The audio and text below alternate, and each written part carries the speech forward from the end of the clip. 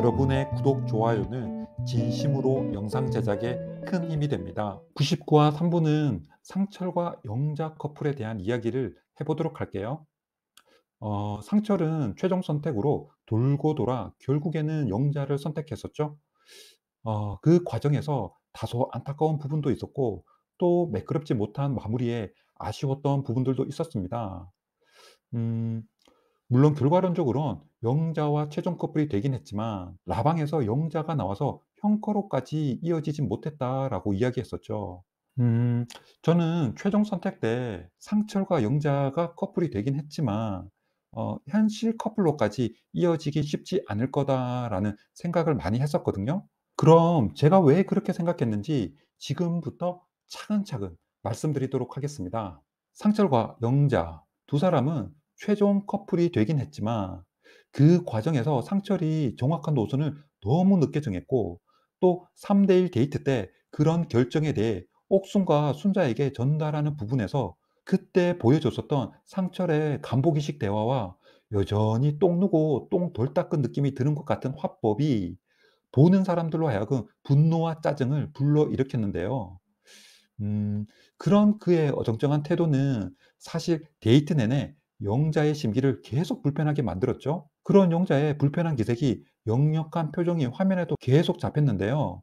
상철의 팀 상철식 질문에서도 영자가 무슨 면접 보는 거예요? 라고 퉁명스럽게 말하거나 또 상철이 옥순과 대화할 때 같은 시각 2층에서 영자와 순자와의 대화에서도 영자는 사람이 뭐가 이렇게 우유부단해 라고 상철을 향해 일침을 가하죠.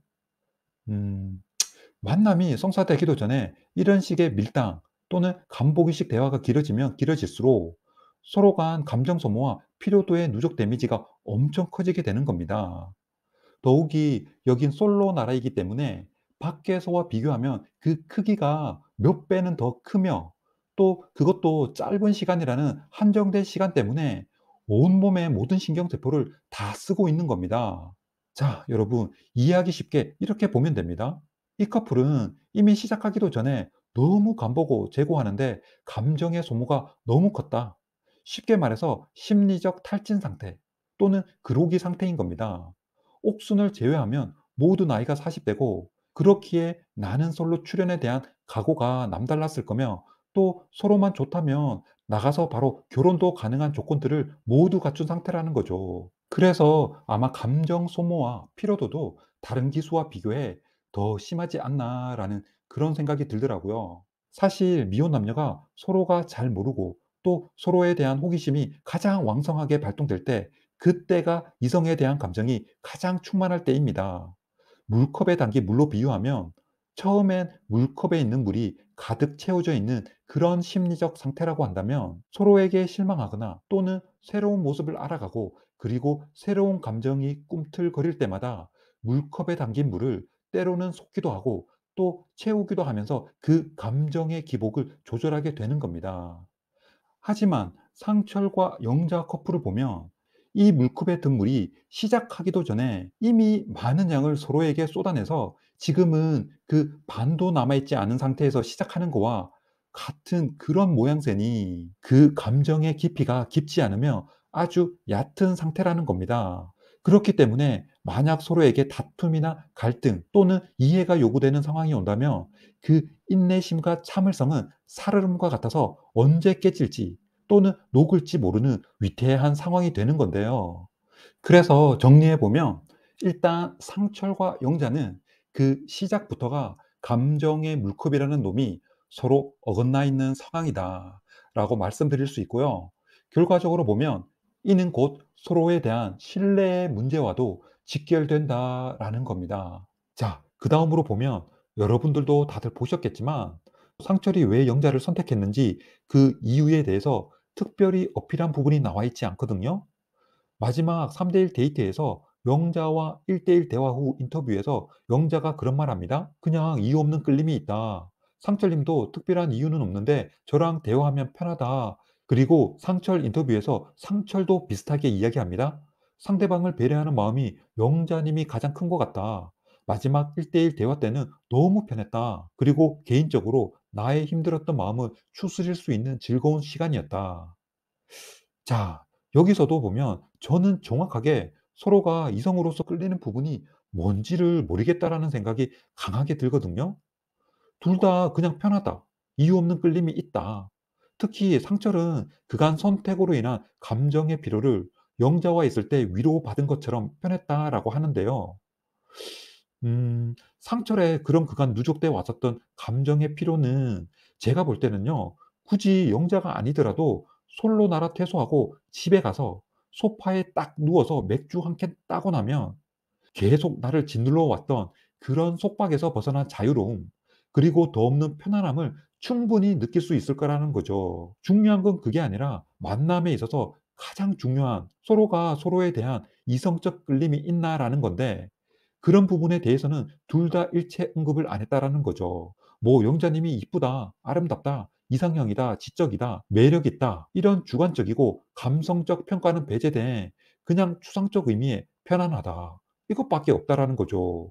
이게 들릴 때는 그럴듯한 이유로 들리겠지만 다시 곱씹어 보면요. 그런 편안함은 굳이 영자가 아니어도 찾으려고 한다면 어디든 많다라는 겁니다. 그래서 그렇게 보면 오히려 현숙, 영숙 커플이 나아 보입니다. 라방에서도 현숙은 영수와 싸우고 나서 잘생긴 영수 얼굴 한번 보고 나면 많이 풀린다라고 말하죠. 상대의 이성적 끌림에 대한 이유가 외모에 있다라는 겁니다.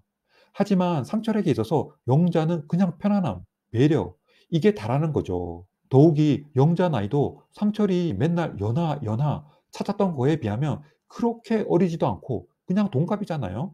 과연 상철이 40살의 동갑인 여자를 만나기 위해서 그간 같은 연생 또는 한 살 위인 순자 영숙에게 본인은 연하가 좋다라고 그렇게 강조하면서 블로킹 해왔던 게 좀 허무하게 돼버렸잖아요. 그쵸? 물론 그 인연은 다 따로 있다라고 하지만 제가 볼 때는요. 상철은 아직도 여전히 더 목마르지 않을까 그렇게 생각합니다. 그리고 다음 이유를 보면요. 일단 상철과 영자는 성향상 서로 맞지 않습니다.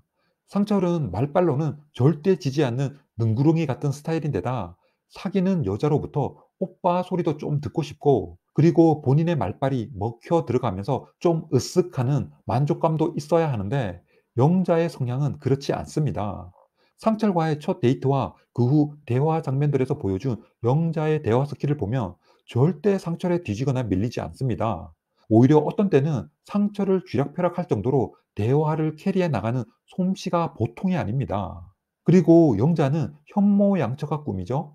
그래서 겉으로 보면 이해심도 많고 또 상대에 대한 배려심도 있어 보입니다. 하지만 이런 영자도 다시 들여다보면요. 뒤로 숨겨둔 매서운 발톱이 있는 것 같습니다. 영자가 한 번씩 옥순이나 주변 언니들과 이야기할 때 약간 오싹한 표정을 지어 보이는 장면들이 몇 번 방송으로 송출되었는데요. 저는 그 표정들이 제 뇌리에서 쉽게 잘 잊혀지지 않더라고요. 그래서 서로가 갈등이나 다툼이 생겼을 때 영자의 그 특유의 표정이 나오면서 상철로 하여금 위압감을 주거나 주눅들게 하면서 심리적 압박을 느끼게끔 하지 않을까 예측을 해보게 되는데요. 뭐 이 부분은 사실일지 아닐지 확인할 길이 없으니 그냥 제 개인적 생각입니다, 여러분. 그리고 다음 보면요. 서울과 울산이라는 물리적 거리도 두 사람에게는 극복하기 쉽지 않은 문제일 수도 있습니다. 같은 도시에 살고 있어도 지금 불안한데 거리까지 부담된다면 상철과 영자 모두에게는 시간이 지나면 지날수록 굳이 왜? 굳이 왜? 라는 생각이 자꾸 커지게 될 거란 겁니다. 그렇다고 상철 본인이 울산을 막 매주 내려갈 것처럼 보이지는 않고요. 놀 거, 구경할 거 많은 서울에 오히려 영자가 자주 올라올 것 같은데, 그렇다고 영자가 매번 올라올 수도 없는 노릇이고요. 암튼 시간이 지나면 지날수록 둘은 서로에게 지칠 수밖에 없는 그런 요인들이 아직도 차고 넘친다, 이렇게 보여집니다. 이번 영상은 둘의 만남을 축하해줘도 사실 부족한데 오히려 헤어질 이유만 되고 있으니 리뷰를 하고 있는 제 스스로도 좀 씁쓸합니다. 암튼 이번 영상 이렇게 분석해보면서 여기서 마무리하도록 하겠습니다. 영상 시청해주신 구독자님과 모든 분들에게 감사드리며 오늘도 좋은 하루 보내세요.